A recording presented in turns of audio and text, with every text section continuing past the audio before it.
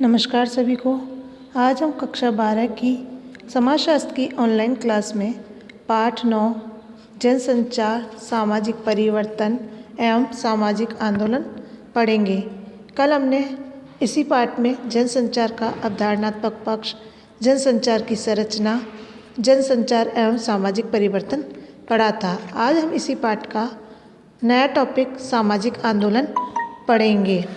सामाजिक परिवर्तन के कारणों और प्रभावों के संदर्भ में सामाजिक आंदोलन एक महत्वपूर्ण प्रघटना है। क्या इसमें बताया जा रहा है कि जो सामाजिक परिवर्तन के कारण है और प्रभाव है, उसके संदर्भ में जो सामाजिक आंदोलन है ये अत्यधिक महत्वपूर्ण प्रघटना है। समाज में जब कई लोग इच्छित परिवर्तन लाने के लिए सामूहिक प्रयास करते हैं तो इसे सामाजिक आंदोलन कहा जाता है।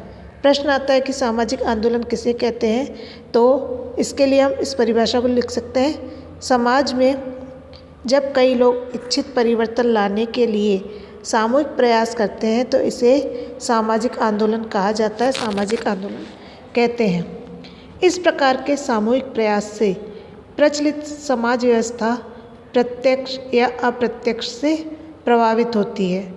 सामाजिक आंदोलन के अवधारणात्मक पहलू को अच्छी प्रकार से समझने के लिए हम सबके लिए आवश्यक तत्वों की विवेचना करेंगे। उसके बाद राजस्थान में हुए कुछ उल्लेखनीय सामाजिक आंदोलनों एवं अन्य समाज सुधार आंदोलन की चर्चा करेंगे।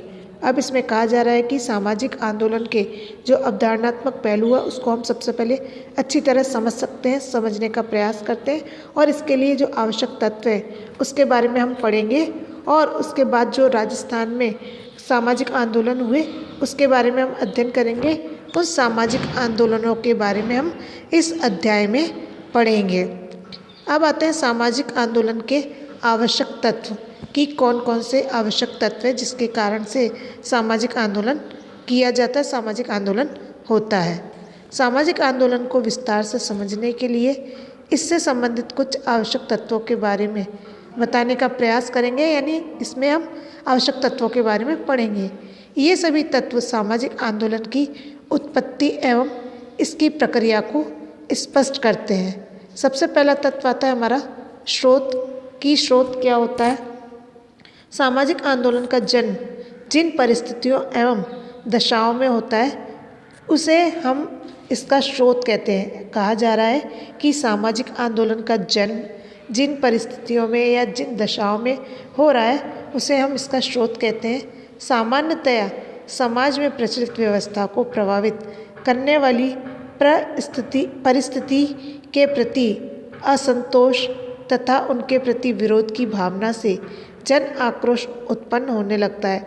अब इसमें कहा जा रहा है जब हम कि सामान्यतः जो समाज में प्रचलित व्यवस्था है उसको प्रभावित करने वाली जो परिस्थितियाँ हैं, परिस्थितियों के प्रति लोगों के मन में क्या असंतोष और विरोध की भावना से जन आक्रोश उत्पन्न होने लगता है। लोगों में क्रोध आने लगता है, आक्रोश आने लगता है और प्रचलित व्यवस्था को सामूहिक रूप से चुनौती देने का प्रयास भी किया जाता है। साथ ही उस व्यवस्था को परिवर्तित करने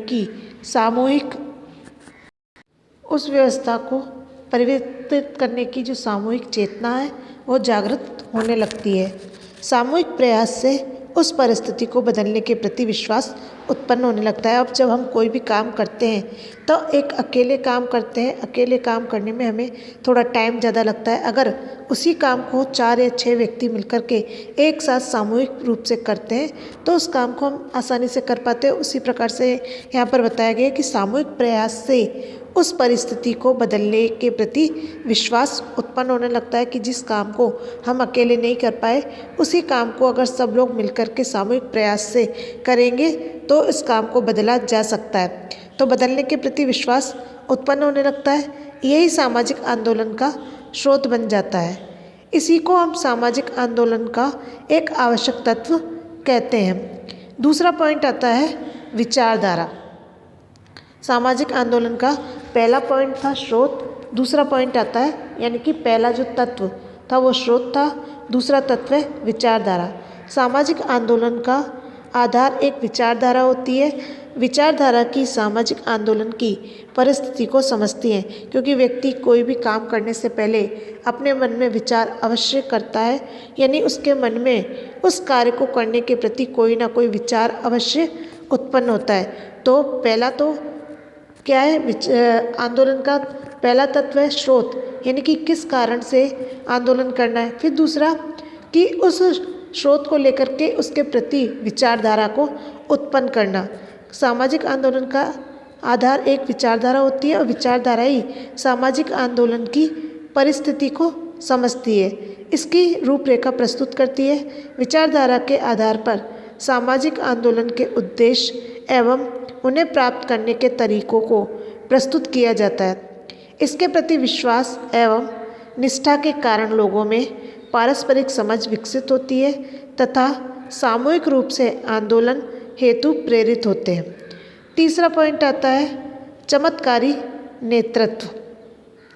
सामाजिक आंदोलन की विचारधारा को प्रभावी तरीके से आम लोगों तक संप्रेषित करने के लिए चमत्कारी नेतृत्व आवश्यक है। अब आंदोलन करने के लिए पहला तत्व हो गया स्रोत, दूसरा हो गया विचारधारा। अब स्रोत हो गया, विचारधारा हो गई, अब तीसरा आता है चमत्कारी नेतृत्व की सामाजिक आंदोलन को विचारधारा को किस तरीके से लोगों के सामने प्रेषित किया जाए, किस तरीके से लोगों के सामने लाया जाए, तो वो होता है चमत्कारी नेतृत्व। यानी कि अपनी बात को, अपने कार्य को हम दूसरे लोगों के सामने किस तरीके से प्रस्तुत करें। सामाजिक आंदोलन की विचारधारा को प्रभावी तरीके से आम लोगों तक संप्रेषित करने के लिए चमत्कारी नेतृत्व आवश्यक तत्व है। आंदोलन के उद्देश्य के अनुसार अधिक से अधिक लोगों को साथ लेकर आगे बढ़ना नेतृत्व पर ही निर्भर करता है। अब इसमें कहा जा रहा है कि आंदोलन के जो उद्देश्य हैं उन उद्देश्यों के अनुसार ज़्यादा से ज़्यादा लोगों को साथ में लेकर बढ़ना नेतृत्व पर ही निर्भर करता है। आंदोलन में जो अग्रणी नेता होता है, जब कोई भी आंदोलन हो रहा है उस आंदोलन में जो अग्रणी नेता है उसके प्रति लोगों में विश्वास एवं श्रद्धा उत्पन्न होती है। इसी के फलस्वरूप वे उसके नेतृत्व को स्वीकार करते हैं, इससे दिशा निर्देश प्राप्त कर सक्रिय हो जाते हैं। अब चौथा पॉइंट आता है कटिबद्ध अनुयायी। केवल चमत्कारी नेतृत्व से ही सामाजिक आंदोलन सफल नहीं हो सकता। यानी हम कहें कि चमत्कारी नेतृत्व के द्वारा ही सामाजिक आंदोलन सफल हो सकते हैं, नहीं, सामाजिक आंदोलन सफल नहीं होते हैं। नेतृत्व को मान्यता प्रदान करने वाले कटिबद्ध अनुयायी ही सामाजिक आंदोलन को सफल बनाते हैं। अब जो सामाजिक आंदोलन है उन आंदोलनों को जो नेतृत्व कर रहे हैं, नेतृत्व को मान्यता प्रदान करने वाले कटिबद्ध अनुयायी हैं, वो सामाजिक आंदोलन को सफल बनाते हैं और भिन्न भिन्न कारणों से सामाजिक आंदोलन का विरोध भी होता है। इसके संचालन में बाधाएं आती हैं। कभी कभी क्या है, अलग अलग जो कारण होते हैं और कारण से जो सामाजिक आंदोलन में विरोध भी किया जाता है और इसके संचालन में कई बार बाधाएं, कठिनाइयां आती हैं, लेकिन चमत्कारी नेतृत्व और कटिबद्ध अनुयायियों के कारण सभी प्रकार के अवरोध दूर करने के सामूहिक प्रयास सफल हो जाते हैं। अब बताया जा रहा है कि जो सामाजिक आंदोलन होता है उसमें कई बार परेशानियां होती हैं, लेकिन जो चमत्कारी नेतृत्व है और कटिबद्ध अनुयायी हैं, इनके कारण से सभी प्रकार के जो अवरोध है, कठिनाइयाँ हैं, परेशानियाँ हैं, उनको दूर करने के सफल प्रयास हो जाते हैं, फिर पांचवा पॉइंट आता है संगठन। विचारधारा, नेतृत्व और अनुयायी अंतर्निर्भर होते हैं। इसमें कहा जा रहा है विचारधारा, नेतृत्व और अनुयायी जो है अंतर्निर्भर होते हैं, आपस में एक दूसरे पर निर्भर करते हैं। ये सभी तत्व एक साथ मिलकर संगठित हो जाते हैं। इसी से सामाजिक आंदोलन का एक महत्वपूर्ण तत्व संगठन के रूप में दिखाई देता है। संगठन को सामाजिक आंदोलन का केंद्रीय तत्व कह सकते हैं। संगठन के माध्यम से आंदोलन के उद्देश्य की और व्यूह रचना के अनुसार आगे बढ़ते हैं। नेतृत्व, अनुयायी और संगठन के अभाव में आंदोलन दिशाहीन होकर कमज़ोर पड़ जाता है। छठा आता है व्यूह रचना। आंदोलन से जुड़ा प्रत्येक तत्व महत्वपूर्ण होता है। इसी क्रम में सामाजिक आंदोलन की व्यू रचना भी अति आवश्यक होती है, अत्यधिक महत्वपूर्ण होती है। व्यू रचना एक प्रकार से संपूर्ण आंदोलन को चरणबद्ध तरीके से संचालित करने की योजना है। कि कहा जाए कि व्यू रचना किसे कहते हैं, तो व्यू रचना एक प्रकार से जो पूरा आंदोलन है उसको चरणबद्ध तरीके से, यानी कि एक के बाद एक, कि इसके बाद ये, इसके बाद ये, क्रम वाइज, कि व्यू रचना एक प्रकार से संपूर्ण आंदोलन को चरणबद्ध तरीके से संचालित करने की योजना है।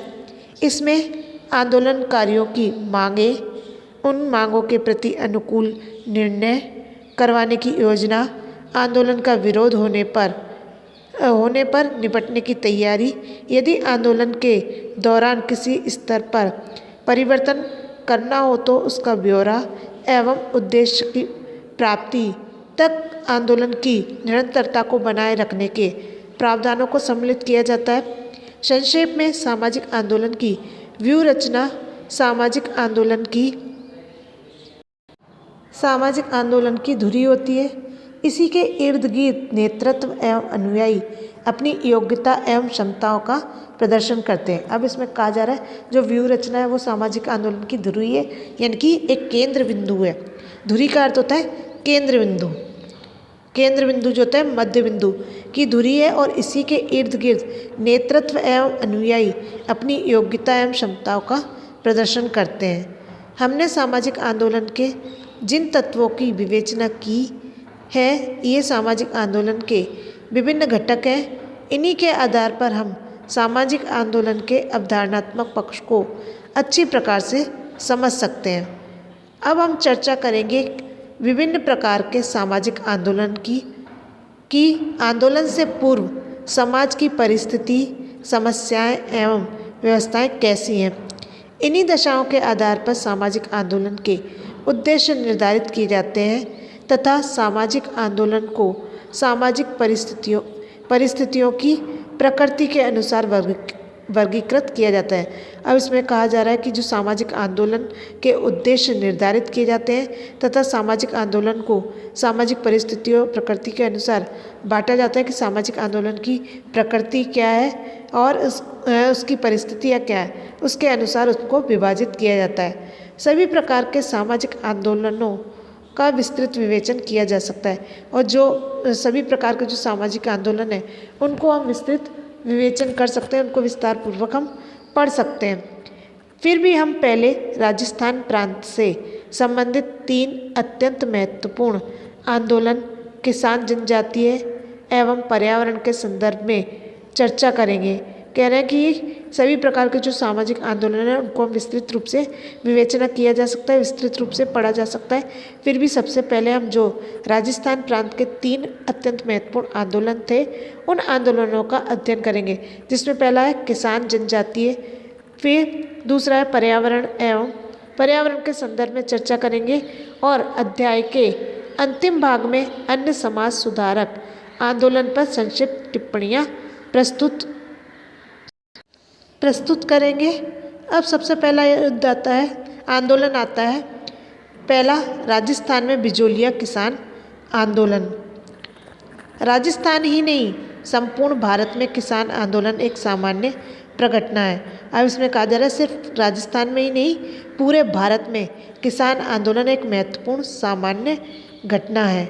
इसमें ज्ञात है कि हमारा देश कृषि प्रधान देश है। अब इस जो आंदोलन है उसमें बताया जा रहा है कि ज्ञात है कि हमारा देश जो है वो कृषि प्रधान देश है।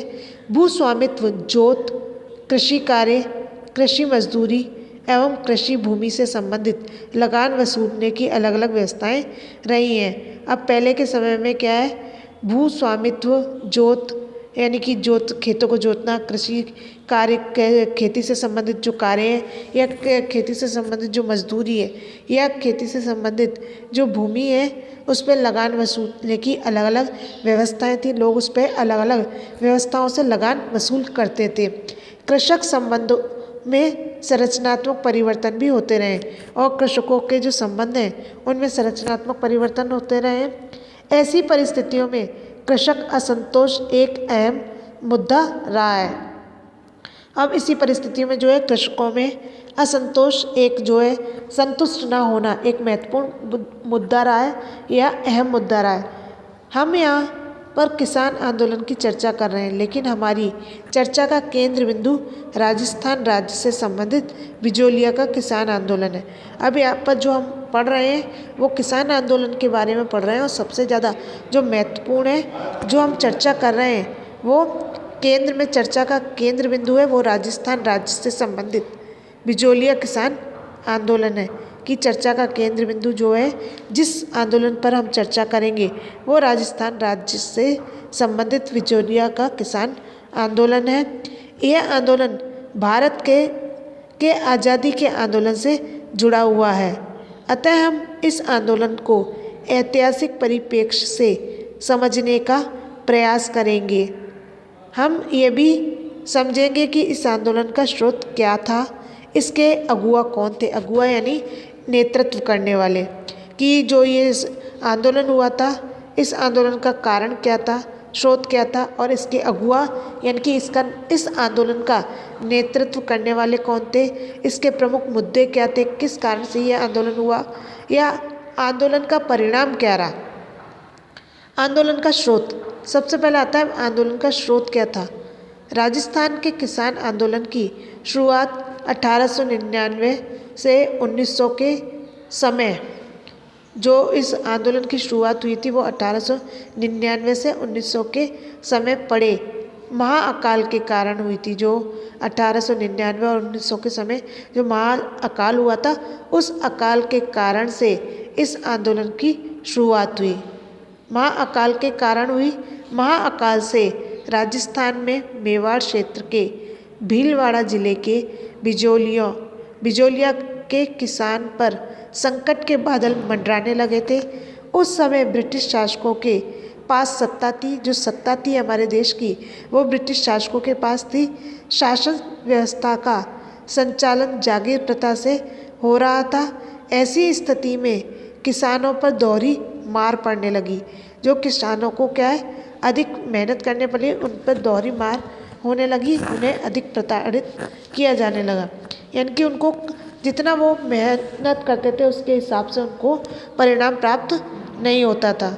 एक तरफ प्राकृतिक प्रकोप अर्थात महाअकाल और दूसरी तरफ ठिकानेदारों द्वारा भी भारी लगान वसूली और शोषण। अब इसमें कहा जा रहा है एक तरफ तो महाअकाल था और दूसरी तरफ क्या है जो सामंत लोग थे उनके द्वारा लगान वसूली किया जाता था। ठिकानेदार जो लोग थे उनके द्वारा उन लोगों से लगान वसूली की जाती थी और उनका शोषण किया जाता था। प्रभावित क्षेत्र से लोगों का पलायन आरंभ हो गया था। जिस स्थान पर महाअकाल हुआ उस स्थान से लोगों ने पलायन करना शुरू कर दिया था, यानी कि उस जगह को छोड़ करके वो दूसरी जगह पर जाने लग गए थे। बिजोलिया क्षेत्र से पलायन के बाद शेष बचे किसानों ने शोषण और भारी लगान के विरोध में विद्रोह कर दिया। अब जो अकाल पड़ा उस अकाल के कारण लोग उस क्षेत्र को छोड़ करके दूसरे स्थान पर चले गए थे और जो लोग वहाँ पर थे उन्होंने लगान के विरोध में विद्रोह कर दिया। जो लोग वहाँ पर रह रहे थे उनसे लगान वसूली की जाती थी, लगान न देने के कारण उन्होंने विद्रोह कर दिया। ये विद्रोह पड़ोस की जागीरों में भी फैल गया। अब आता है अगला पॉइंट, अग्रणी नेतृत्व।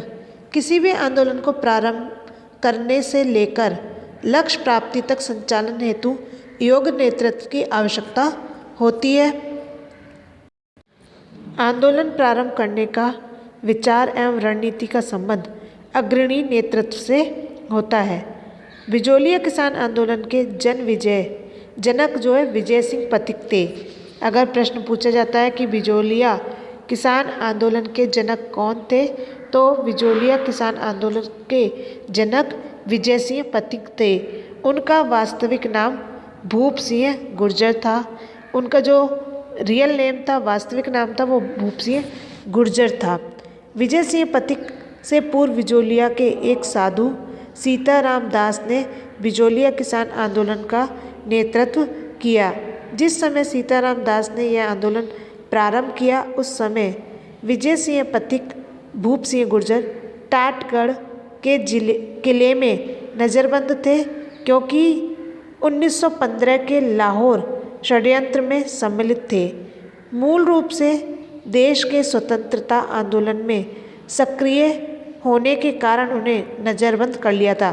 क्या कह रहे हैं कि जिस समय ये युद्ध आंदोलन आरंभ किया गया था, उस समय जो विजय सिंह पथिक थे वो टाटगढ़ के किले में नज़रबंद थे।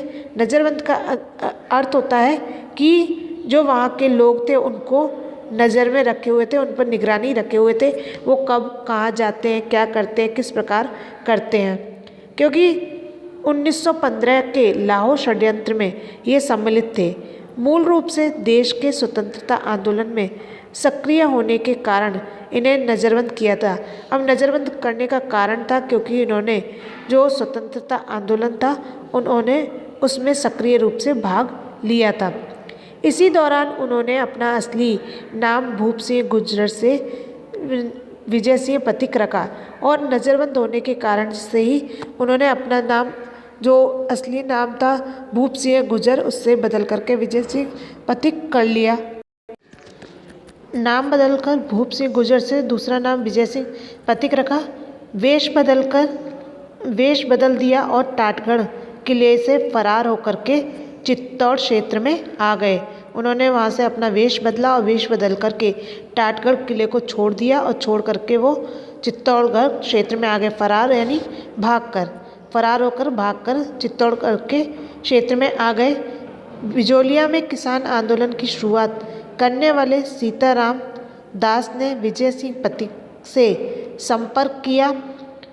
पथिक को बिजोलिया आंदोलन का नेतृत्व संभालने के लिए आमंत्रित किया।